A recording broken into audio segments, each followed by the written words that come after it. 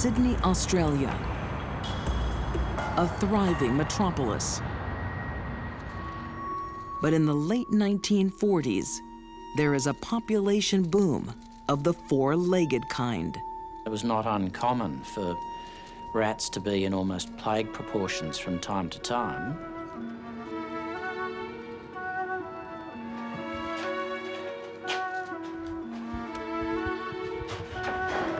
In her small tenement home, Caroline Grills is fighting a losing battle.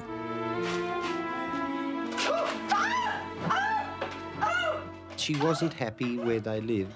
There was a rat plague right throughout Sydney, and she hated it. She absolutely hated where she lived.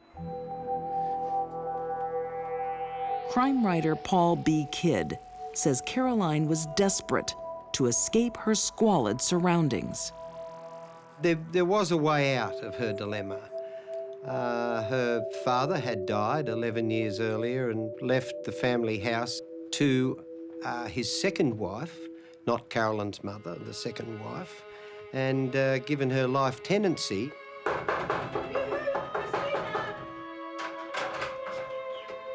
Caroline's stepmother has a lovely home in a wealthy suburb with not a rat in sight. So she began visiting her and popping over with nice cake and some lovely other goodies she cooked in the oven. She was a very good cook. Oh, no, dear.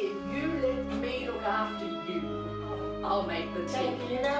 Caroline will eventually inherit the family home. Over here, dear.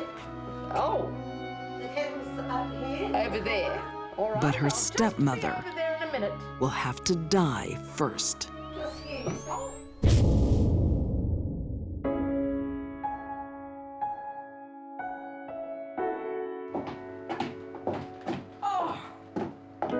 Back in her own squalid home, Caroline is left to dream of the house she thinks should be hers.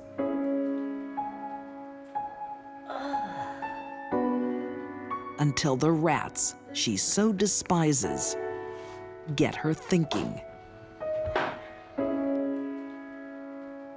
People don't wake up one morning in their 50s and decide to kill unless they've been thinking about it.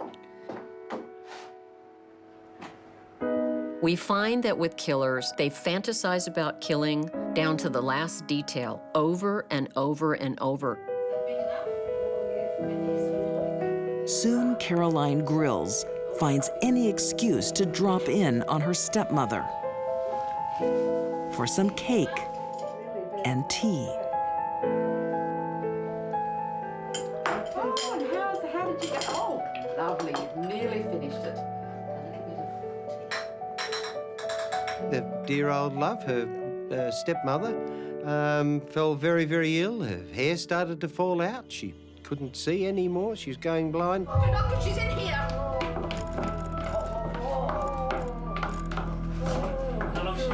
Doctors can't explain the mystery illness. Anything unusual to eat? No, it doesn't have any tea, tea and cake, nothing.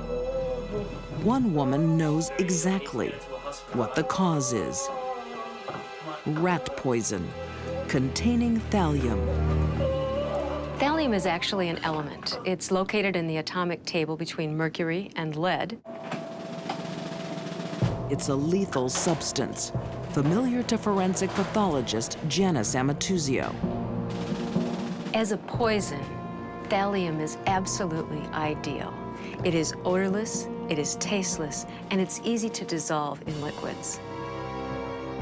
Death from thallium poisoning can be quick, and if it is, that's merciful. If a less than lethal dose is given, More tea, that's it. their hair will fall out, nausea and vomiting will be unbearable, their limbs will be in terrible pain. It's a dreadful way to die. The tragic death of her stepmother has a happy result for Caroline Grills. She inherited the house from her stepmother when her stepmother had passed away from what was at the time an unexplained illness. She has her dream home, and no one suspects what a dear old lady did to get it. She was just an ordinary suburban mum to look at, and she was just one of those people that if she walked by, you wouldn't even notice her. It had to be very exciting for Caroline to know that she was above suspicion. She was a little old lady living a lie. Caroline Grills has stumbled upon the perfect poison. And now, there's no stopping her. She was one of the worst types of serial killers this country has ever known.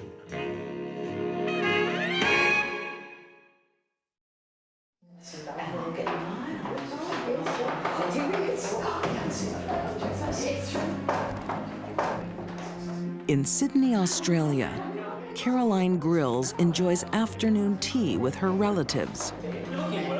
They'd have games of bridge and cups of tea and something to eat.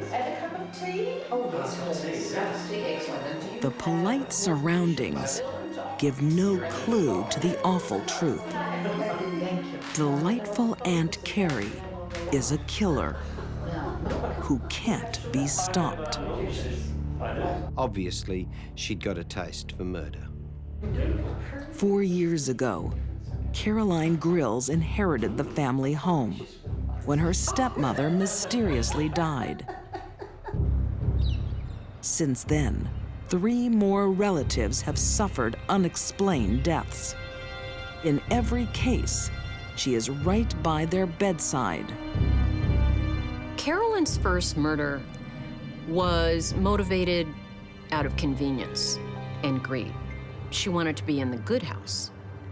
After that, it appears that her murders were nothing more or less than thrill killings. Evelyn Lundberg and her son-in-law, John Downey, have no idea that Evelyn is next on the hit list. Nobody could understand how she could possibly have such a warm relationship with the members of her family and yet poison them. Within days, Evelyn falls deathly ill. Her hair started to fall out. She went blind. She had terrible, terrible pain in the limbs. Naturally, Caroline Grills was there to tend for her and see to it that she had someone to be with her. But Mrs. Lundberg just deteriorated and got worse. It was not looking good. Yeah, let me take that from you. Caroline Grills is a killer beyond suspicion. Now, you go and put your feet up for a little while, and I'll make sure that everyone's all right, okay? You're a saint, you really are. And it makes her feel invincible. Let me teach you a little bit more of this. It wasn't for personal gain.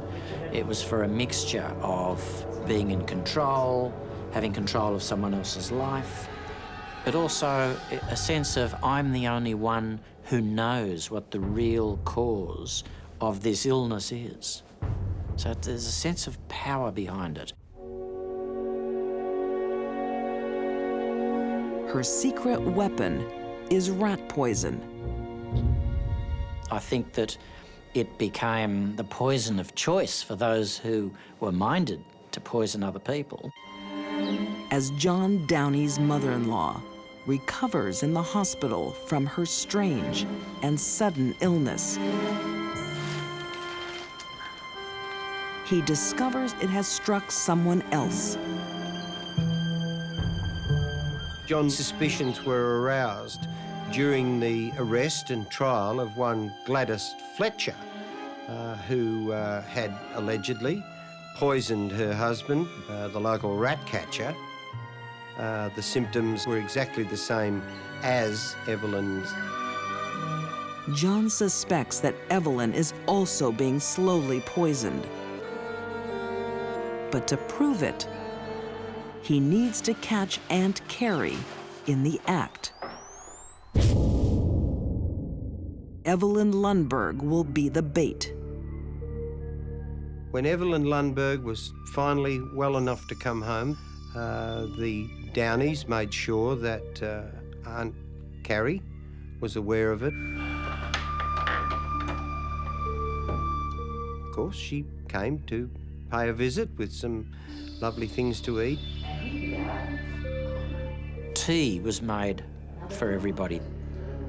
And John Downey saw her reach towards the front of her dress, towards the area where she had a pocket, and then pass her hand over the cup, and then put her hand back to the pocket.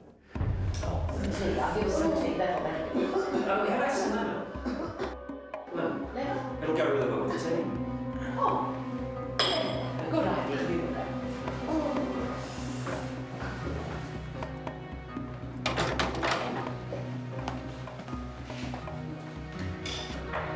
He then poured the tea that he'd got from his mother-in-law into a glass jar.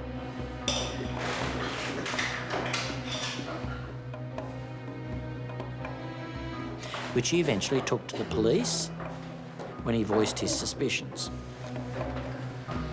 And the tea in this glass jar was sent to an analyst by the police, who several weeks later discovered that it contained a very significant amount of thallium in it. Convicted of 3 murders, Caroline Grills is sentenced to life. In prison, she gets a new nickname, Aunt Thally, after her poison of choice. If Caroline hadn't been stopped, the body count would have been enormous. When she ran out of poor relatives, she probably would have started on the neighbors. There was no monetary gain, there was no sexual gain. She simply enjoyed it.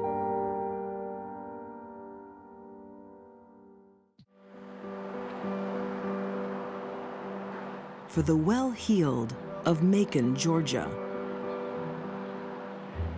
there is only one place to lunch in 1947.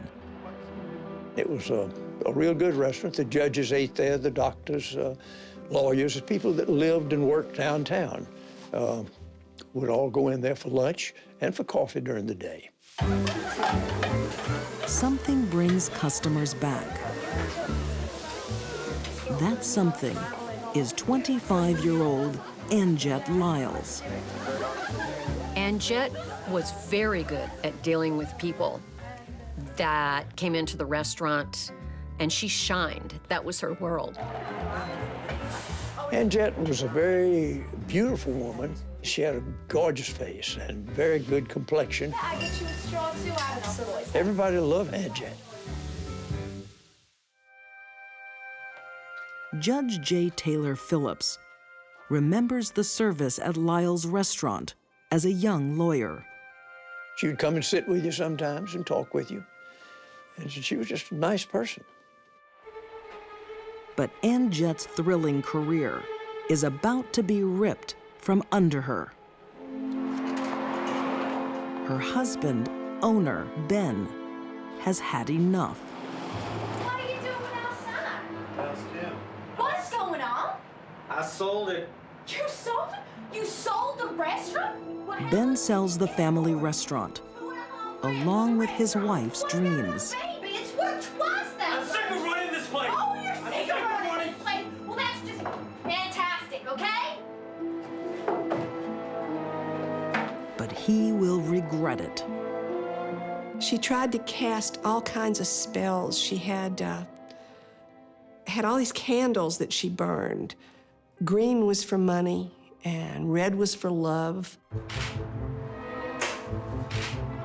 Of course, the black candle was for death.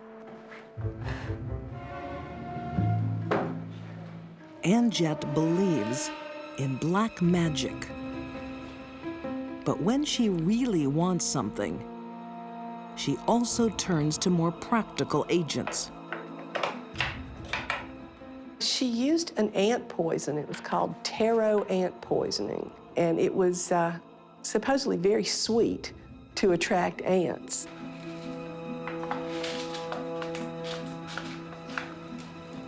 And a clever murderer can put it into any different type of food, and the victim may have no idea that they're ingesting it.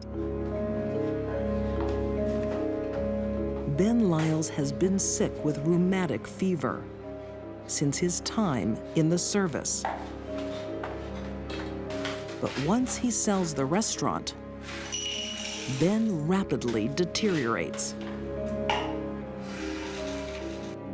There can be bleeding from the nose and mouth, swelling of the soft tissues around the eyes,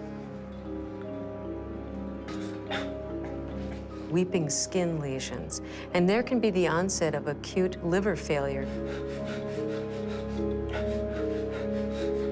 Nobody could quite pinpoint it. Nobody could figure out what it was. Author Jacqueline Weldon has documented the painful death of Ann Jett's husband. A death doctors attribute to encephalitis. I think it was almost a committee decision to come up with a cause of death because they could not pinpoint anything else. Well, how y'all doing? Should you enjoy yourself? Thank you so much. That's fantastic. With a life insurance payout and the proceeds of her husband's sale, Ann Jett buys back her passion. I know. I love the walls too. It's under new management. I like the menu, but I gotta thank you very much. It became more popular than it had ever been. It was open for breakfast, lunch, and dinner. Hi there. I'm so glad you guys are open. I could smell it throughout the street. I'll do this one. You take yourself a seat. Thank you. Thank you. That's no worries. One happy customer is Joe Gabbert, a dashing pilot from Texas. Well, excuse me, Chef. Can I please just get 2 drinks? I'm gonna sit right down here. Okay, then. So, what's your name? My name's Aunt Jett. As soon as he saw her, he was captivated by her. I couldn't stop myself from coming in when I was outside. Oh, really? He told her that night he was going to marry her. I'm gonna marry you. He courted her very energetically. And in just a few months, she agreed to marry him. But Joe is flying into trouble. His new wife is not what she seems. Within months of walking down the aisle, Joe will be dead. And Jett is pretty much of a sociopath. She has no feelings of empathy or love for anyone.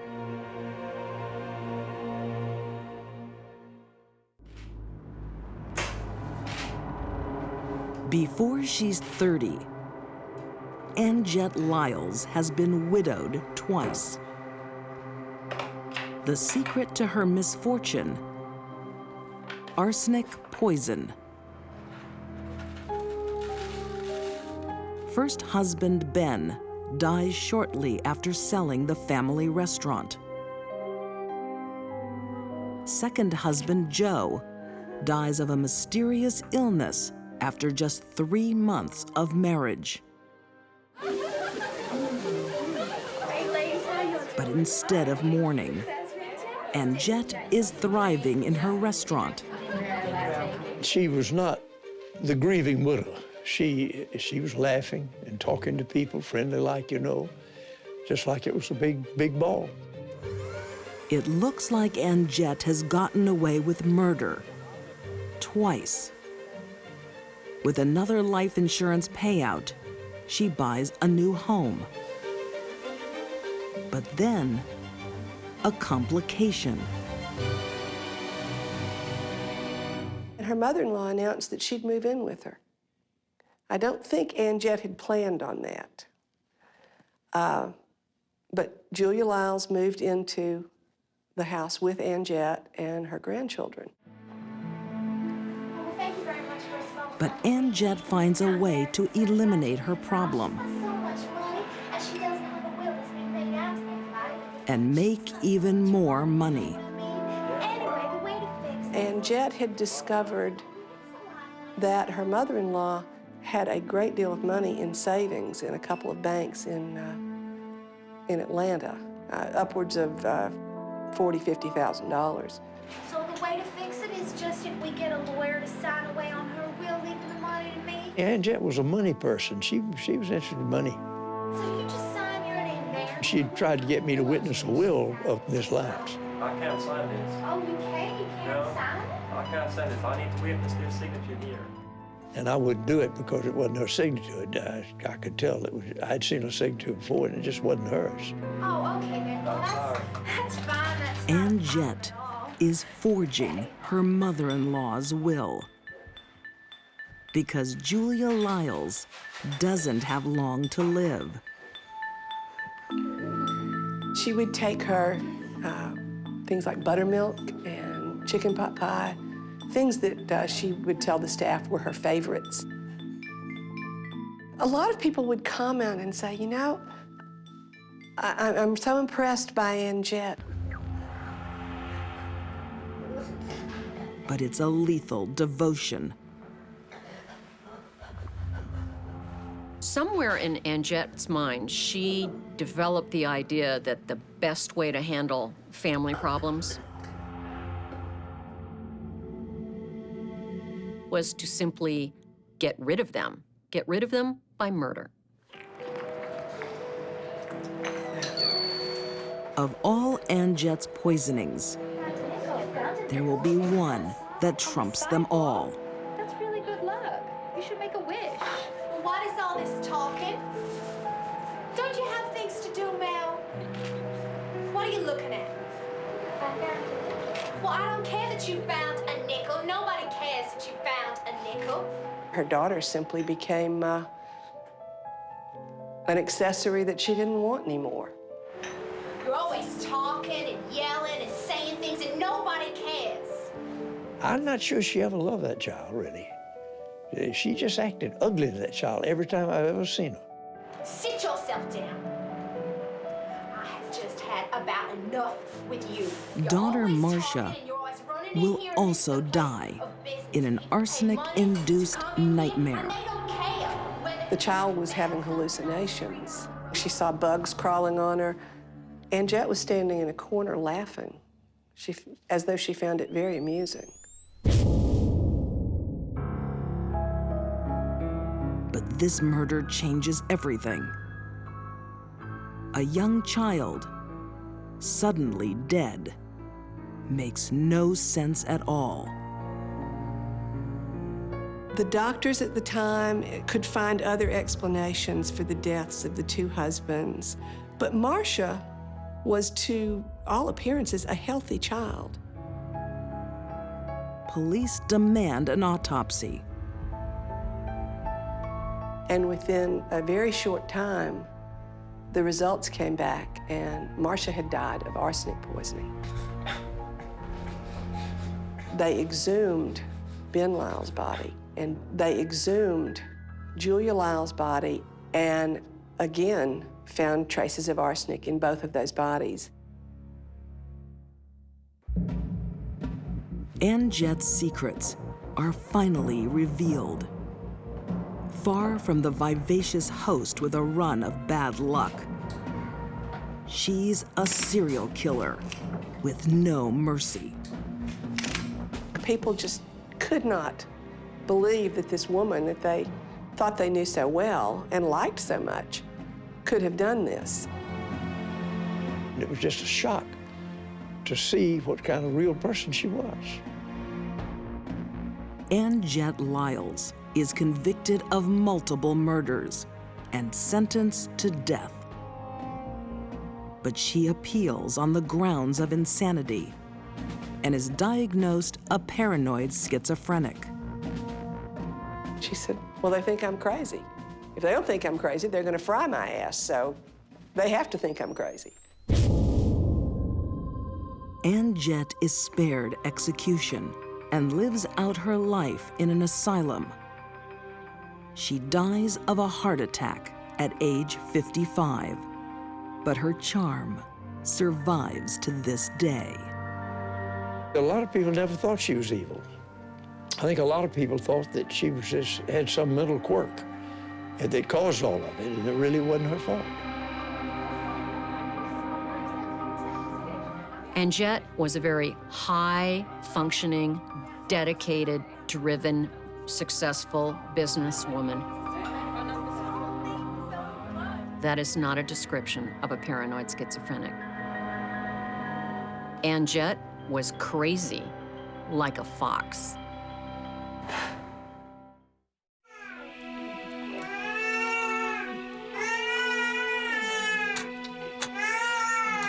New York City in the 1860s. Home to police officer Edward Struck, his wife Lydia, and their 6 children. Struck was somebody who obviously was struggling to support this large brood. What are you reading? They manage the best they can until a public scandal takes away their livelihood.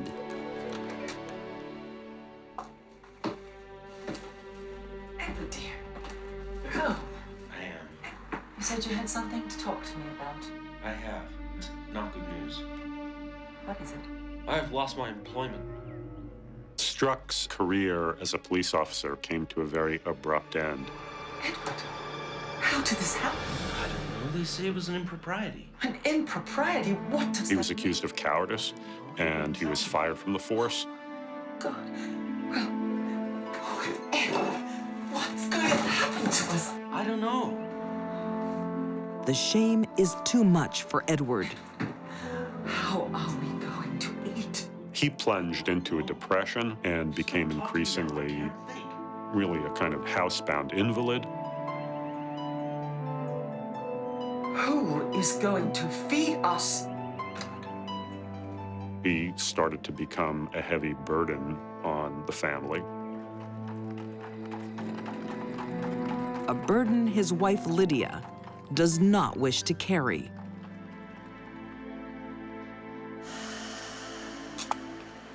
She has a plan. A way Edward can help ease the load. His life insurance policy. When Lydia, as a young adult, faced adversity, her solution was to kill him.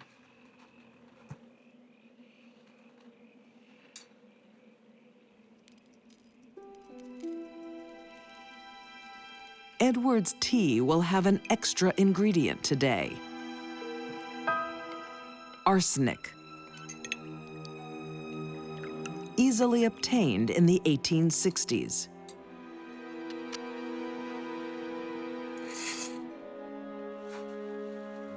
Lydia had no trouble at all just going to the local druggist and getting very, very, very large amount of arsenic.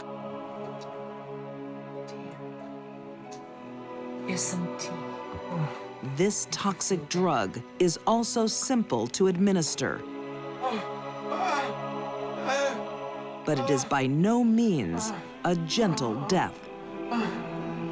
They look like they're in distress, and they are. The inner part of the stomach starts to slough away. And there is great irritation. There's bleeding. Then they get diarrhea. And then they start to get convulsions following that.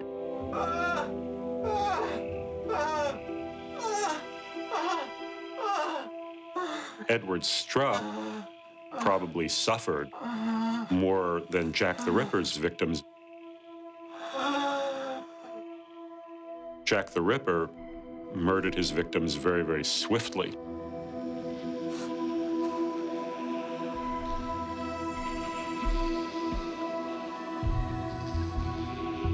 No one suspects foul play from a wife and mother.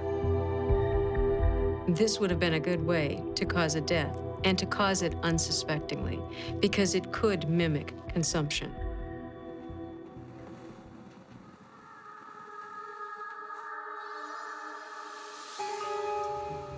One death is not enough for Lydia. Now, she has a hunger for more than money. I think Lydia had developed a taste for murder. And those closest to her are the most in danger.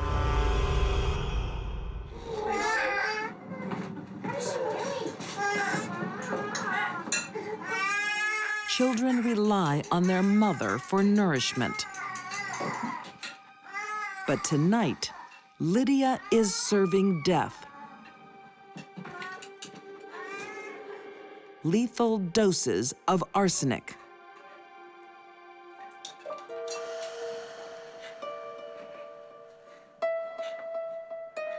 So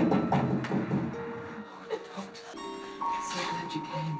Please check my baby first. Certainly. Let me take a look. Her taste for murder has developed into an unhealthy appetite. Sorry. She enjoyed wielding the power of life or death over another person. Would you check my son? How long has he been sick? 2, 3 hours. He's very pale. He certainly is very pale. Even if that other person was her own innocent children.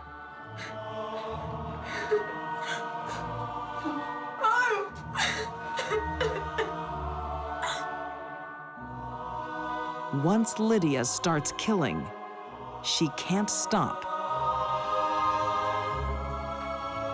We don't know exactly what made Lydia tick. What we do know is that by the time she was a young adult, a young mother, Very good for your cough. she was a sociopath.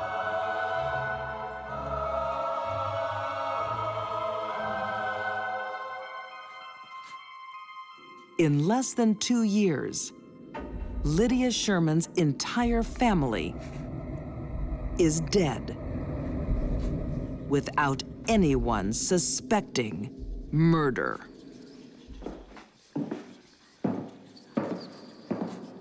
One would think that would have been enough. She was free of her family. She was free to do anything she wanted now. But she chose to marry again.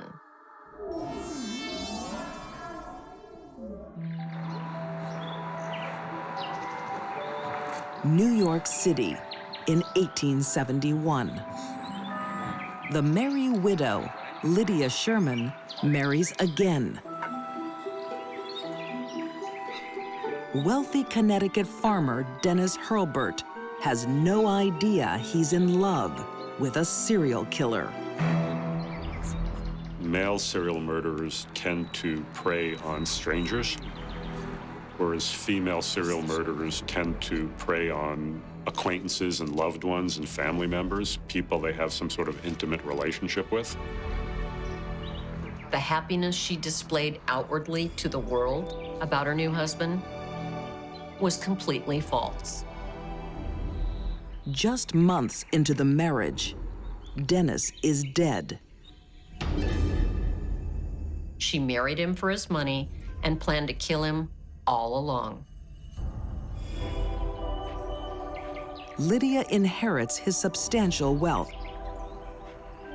She has money and freedom, but it is not enough. With serial murders, of course, is once they commit one murder, they sometimes develop this taste for it. She is now addicted to killing.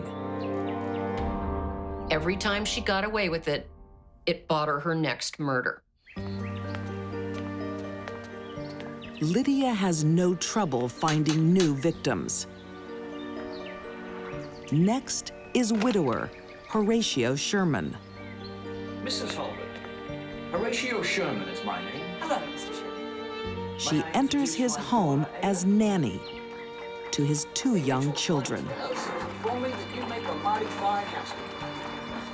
One of the most frightening aspects of these psychopathic killers is the extent to which they can simulate normal human reactions and behavior. Horatio soon falls for Lydia's charm.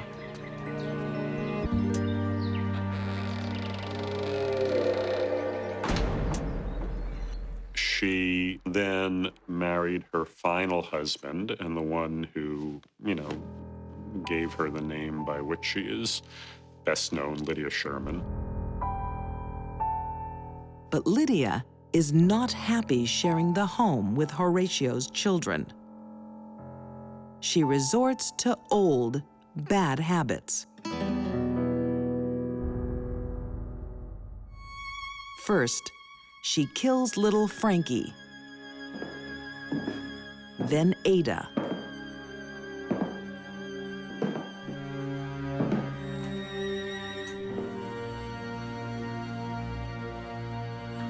For Lydia, killing took on a nature of its own. It became a method whereby she dealt with problems. Horatio, give me the glass. Pull yourself together. Turn away. Turn away. Her solution wasn't to leave herself. It wasn't to talk things out. It was to kill them.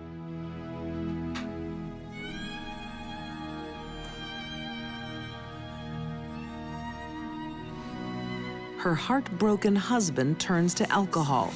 I'm sorry. Just leave me be. Please, go now. It is a fatal mistake.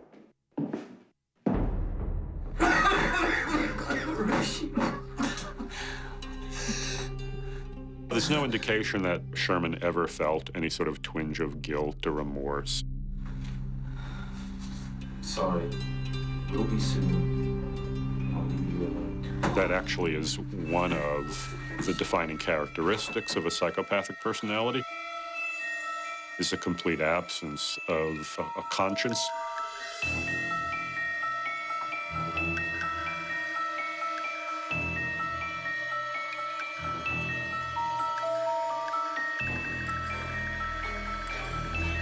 But this is the last time Lydia will enjoy the pleasure of killing. The family doctor orders an autopsy. Massive doses of arsenic are discovered.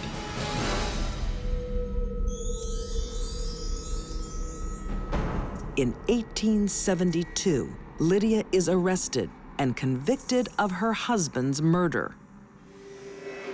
The next year, she confesses to killing 3 husbands and 7 children. Lydia Sherman is sentenced to life in prison. The nation is stunned. Lumberton, North Carolina, 1970. A common household tragedy. Thomas had been smoking in bed and started the fire by himself. He burns to death in his own bed. Everyone felt so badly for poor Velma. Her husband burned up in this fire. 38-year-old widow, Velma Burke, slowly recovers from her loss.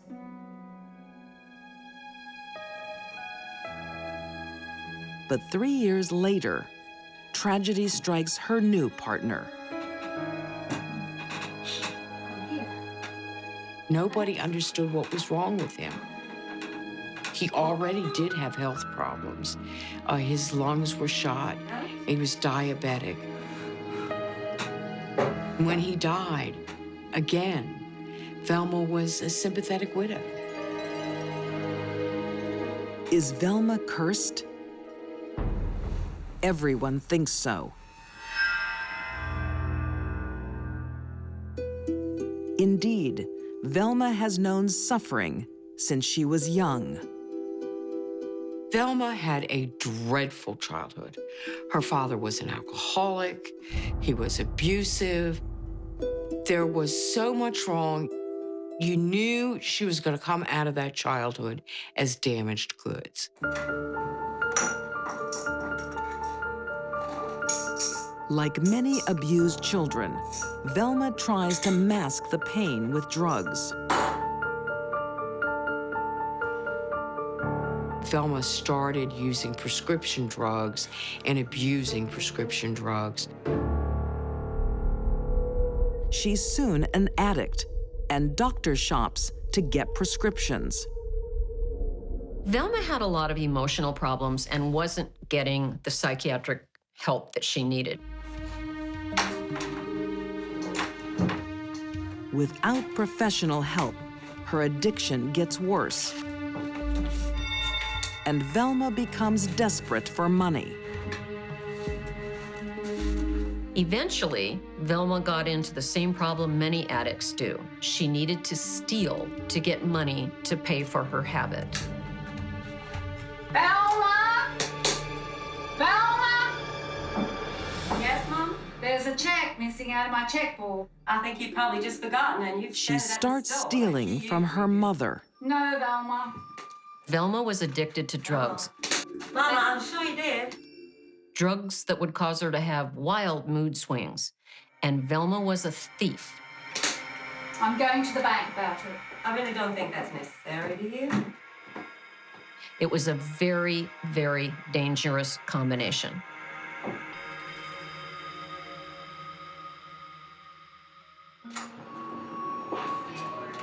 Velma is a desperate addict who has developed a unique coping mechanism: murder. I should take over the care of my mother now. She needed money. She didn't want to get caught. She needed the money to medicate because of the pain that she had. I bought you some soup.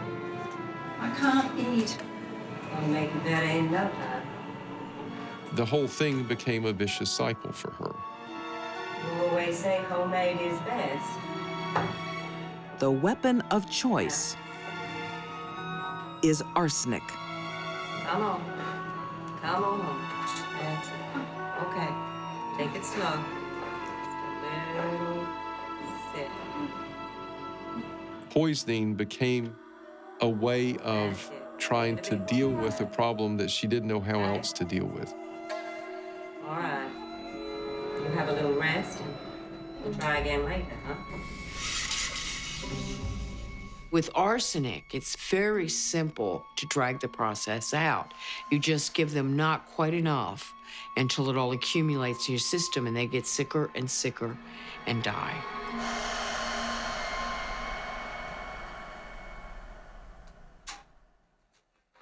No one suspects Velma. I'm sorry for your loss. Because arsenic symptoms mimic normal ailments of the elderly.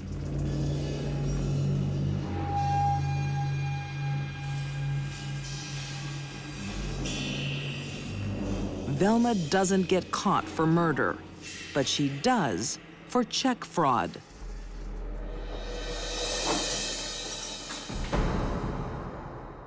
After a short jail term in 1975, she's free to start again.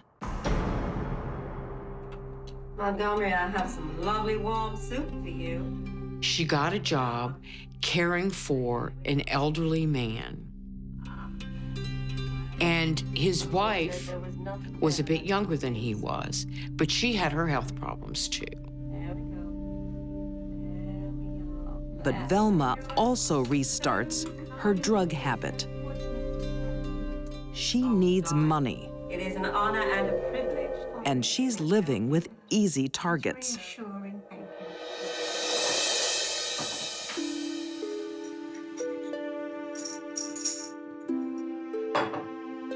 Anyone around her that made her angry or frustrated or threatened her existence, her freedom of revealing that she was a thief, was in danger of Velma's wrath. There you go.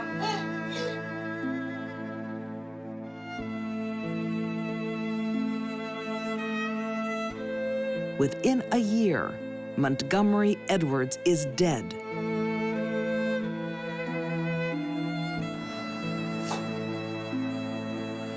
One month later, Dolly also dies. Murder became a maladaptive behavior for Velma. But it worked. And every time she did it, she got away with it for years. Velma's circle of death is far from over.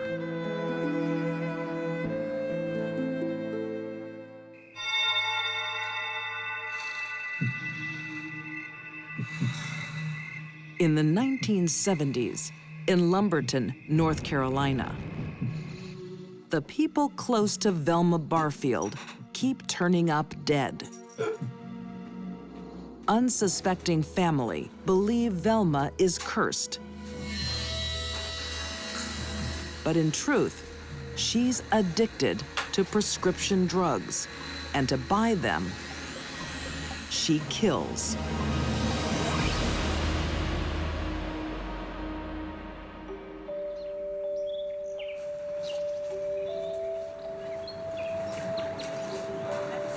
In 1977, Velma meets Stuart Taylor. He was, by all accounts, a nice young man. They had a good relationship initially. It wasn't long before Velma moved in with Stuart and they were living together. Stuart has no idea who the real Velma is.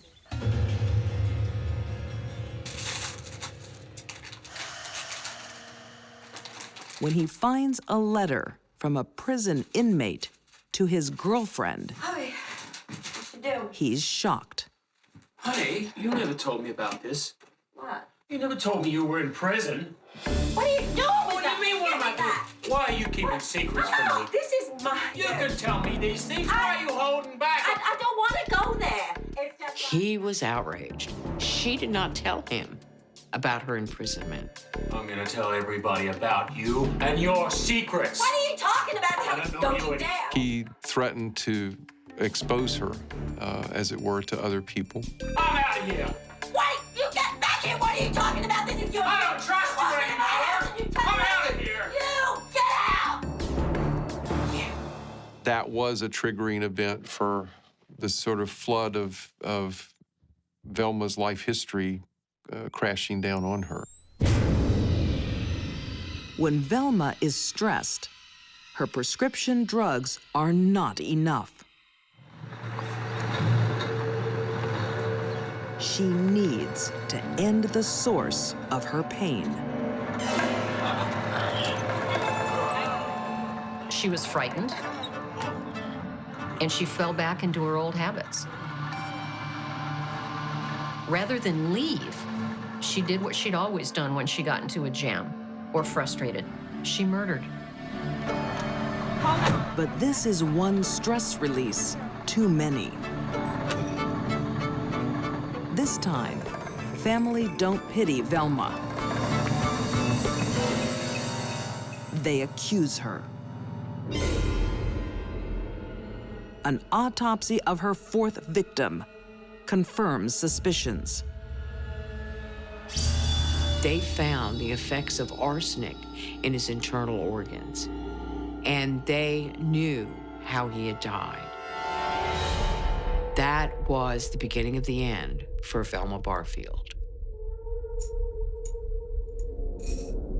Faced with a watertight murder charge and the prospect of more to come, an interesting thing happens. Velma Barfield confesses to not 4 murders, but 6.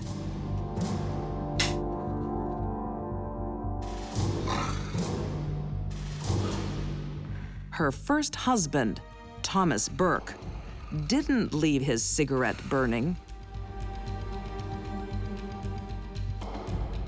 Velma set him on fire.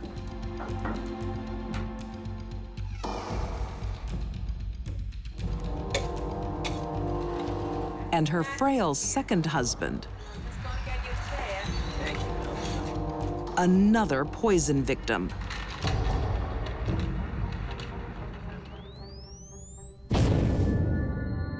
The surprises don't stop there.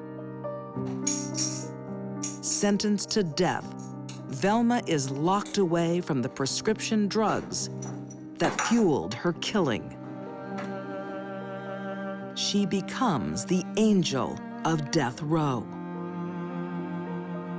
The people in the prison found that she was a really good counselor for disturbed young women. And they would often put the most disturbed young women in cells next to Velma, knowing that she would soothe them. Could Velma ever make up for the 6 lives she took? Only she knows. On November 2nd, 1984, Velma Barfield is executed by lethal injection. She could have become a teacher, a counselor, a pastor. She could have spent her life doing good works instead of hurting people. Press County 201. Roger that. There are certain women who are attracted to cops. Cop County, go to job 791. Right, Ron. Roger. Lynn Turner is one of those women. Some women have a neurotic attraction to power. Good, even better than I see you. And uniforms, badges, they represent power and authority in our society. Working in police radio dispatch, the glamorous 22-year-old is surrounded by the men she craves. But Lynn Turner's smile hides a darker side.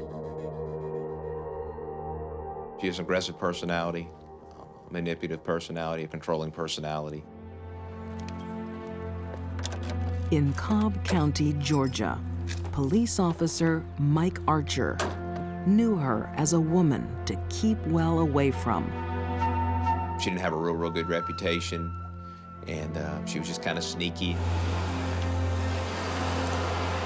Lynn was dangerous to any man who had a wallet and a badge.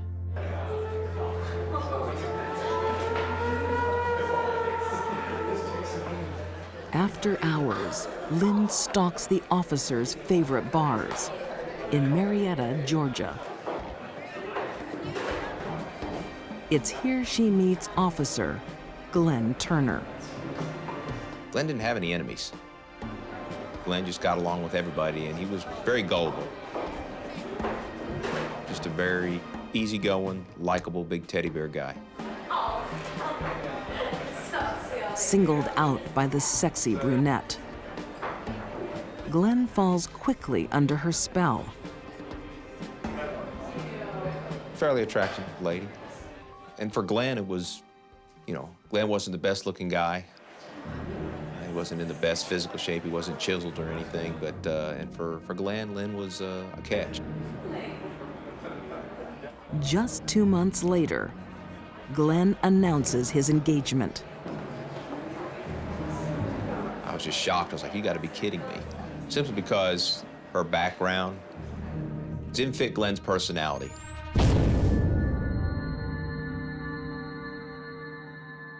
I missed you.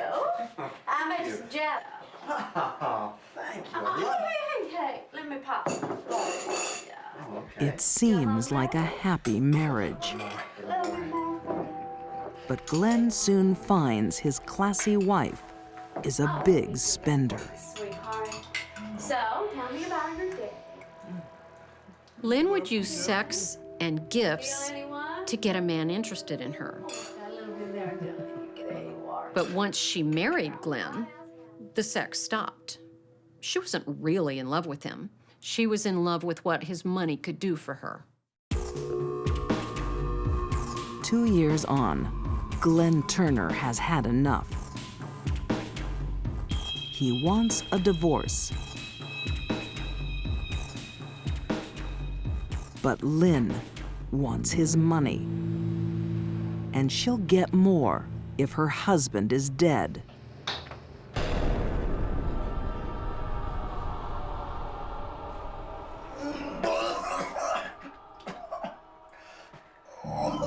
Then, Glenn is struck by a mystery illness.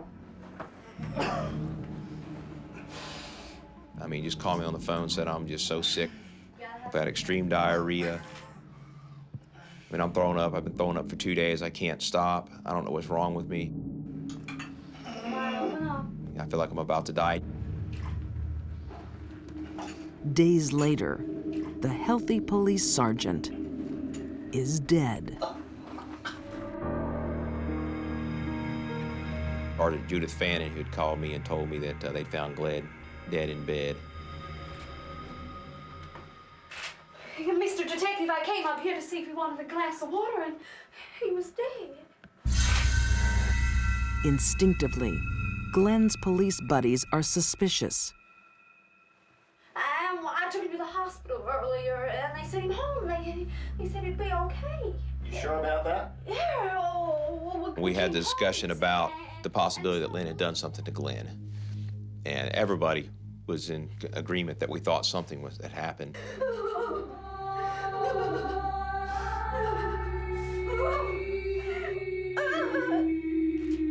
But the autopsy says a virus simply caused Glenn's big heart to stop. Get me out of here. I accepted it. I said, okay, you know, he got sick, and he pretty much, that's what got him.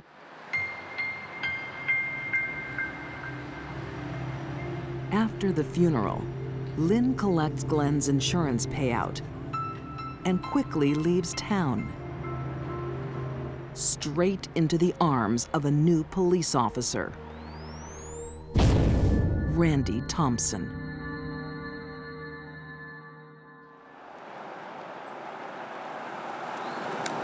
Six years later, Mike Archer gets a chilling phone call. 76 floor, Lieutenant. And I said, what is it? He goes, no, you really need to sit down. I sat down, and he said, they found Randy, and Randy was about 32 years of age. He said, they found Randy dead in his bed yesterday morning. His mind races to one conclusion. I mean, then I knew she had done something. I knew they were going to be connected. I mean, I was just skin, my hair was all up on the back of my neck. I mean, it was just my heart was pounding. I said, something's up, something's up.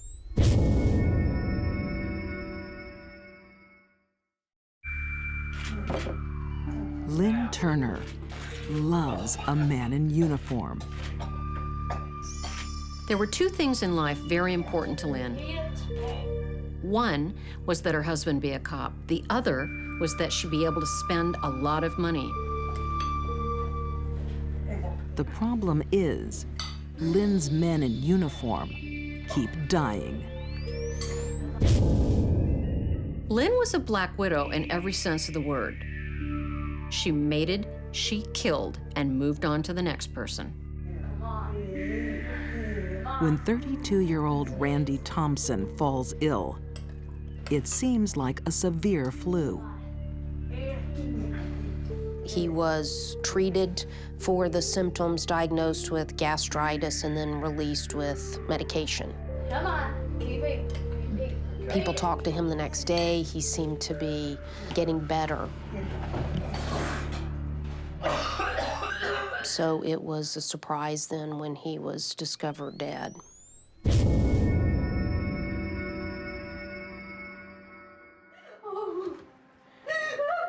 On its own, Randy's death doesn't seem strange. But Lynn Turner has lost a man before. Oh, get away from me! Oh, my baby! Glenn Turner's sudden death left his fellow officers suspicious. When they hear about Randy Thompson, they hit the phones. I knew right then that Lynn had, murdered both of them. And there was no doubt in my mind Lynn married both of them, and both of them was for money. Get me out of here. For money and for greed.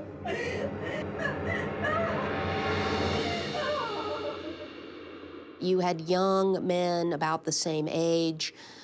They were both healthy. They should not have died just having the flu. What these two men had in common at the times that they died were this woman. A red flag is up. The medical examiner is looking for something suspicious. During the autopsy of Randy, the medical examiner discovered crystals in the kidneys, which was an indication of poisoning.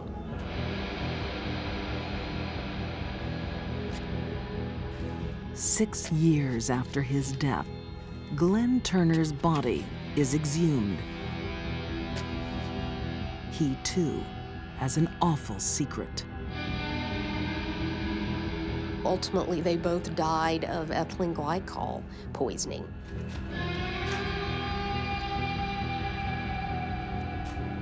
Ethylene glycol is a liquid found in the garages of millions of Americans.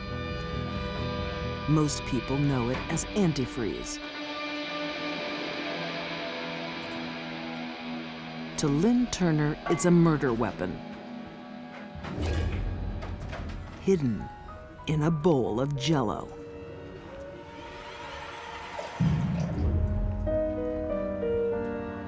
Ethylene glycol is a slightly sweet, odorless substance. It can be disguised rather easily in Jell-O or tea or a soft drink.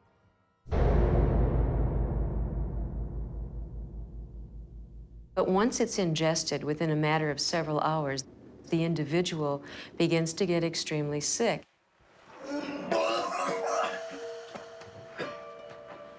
They will experience headache, confusion, abdominal pain. They will be disoriented. And frequently, they will start to experience abnormal bleeding in their body as well.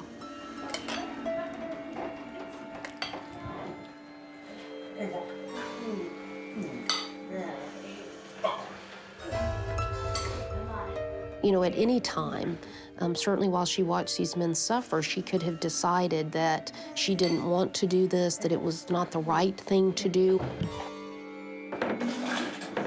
She actually had the opportunity to stop it. Lynn killed with antifreeze because it was easy. She didn't have to get dirty or bloody or stab him or anything like that. And she could secretly put it in something he was eating or drinking and quietly kill him. She thought she could get away with it. Found guilty of 2 counts of murder, she was sentenced to life without parole. When they said guilty, guilty, guilty, I mean, it was like a load had been lifted off of you. I mean, it was just like, thank God. Especially for Glenn's family.